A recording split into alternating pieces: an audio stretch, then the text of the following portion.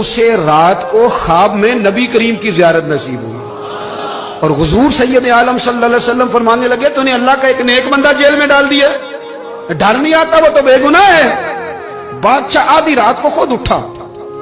دادا صاحب فرماتے ہیں کسی گارڈ کو نہیں بھیجا، پولیس والے کو نہیں بھیجا، جیلر سے نہیں کہا، خود گیا، جا کے جیل کا دروازہ کھولا، دروازہ کھول کے اس درویش کو آزاد کیا، کہنے لگا بابا جاؤ، مجھے پتہ چل گیا آپ بے گناہ ہیں۔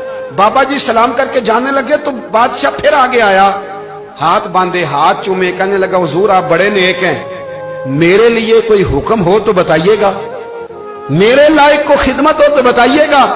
تو شیخ احمد فرمانے لگے تجھے ابھی بھی سمجھ نہیں آئی، تجھے ابھی بھی نہیں سمجھ آئی؟ کہنے لگا حضور کیا؟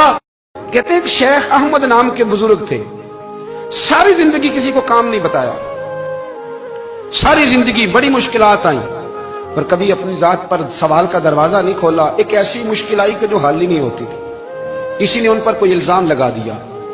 ابو مسلم نام کا ایک بادشاہ تھا، اس کی حکومت تھی، اس نے پکڑ کے قید میں ڈال دیا۔ اب قید میں ہیں، جرم لگ گیا ہے، فرد جرم عائد ہو گئی ہے، جیل میں ہیں۔ لوگ کہنے لگے حضرت جی اپنی صفائی میں کچھ کہیں، فرمانے لگے ساری زندگی بندوں سے کچھ نہیں کہا، اللہ رسول کو پتہ ہے میں بے گناہ ہوں، مجھے کہنے کی ضرورت نہیں۔ داتا گانی بخش علی حجویری نے لکھا ہے، داتا صاحب کہتے ہیں تو یقین کامل تو پیدا کر، تو ایمان تو پختہ کر۔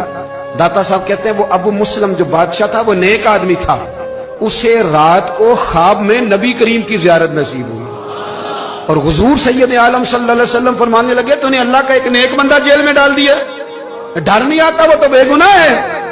بادشاہ آدھی رات کو خود اٹھا۔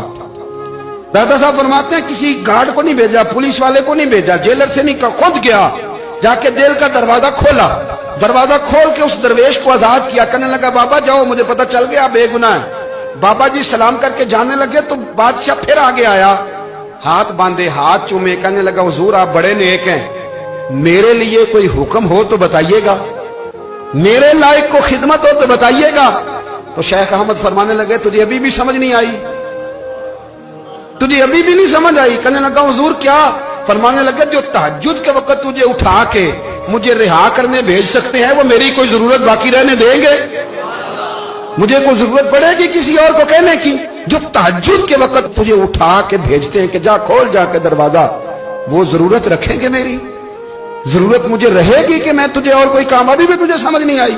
وہ داتا علی حجویری رحمت اللہ علیہ فرماتے ہیں اصل میں ہماری طبیعت ہے، ہم نے بندوں سے دل لگا لیا ہے، دل اللہ رسول سے لگاؤ، کسی بندے سے لگانا تو اس سے لگاؤ جو اللہ والا ہو۔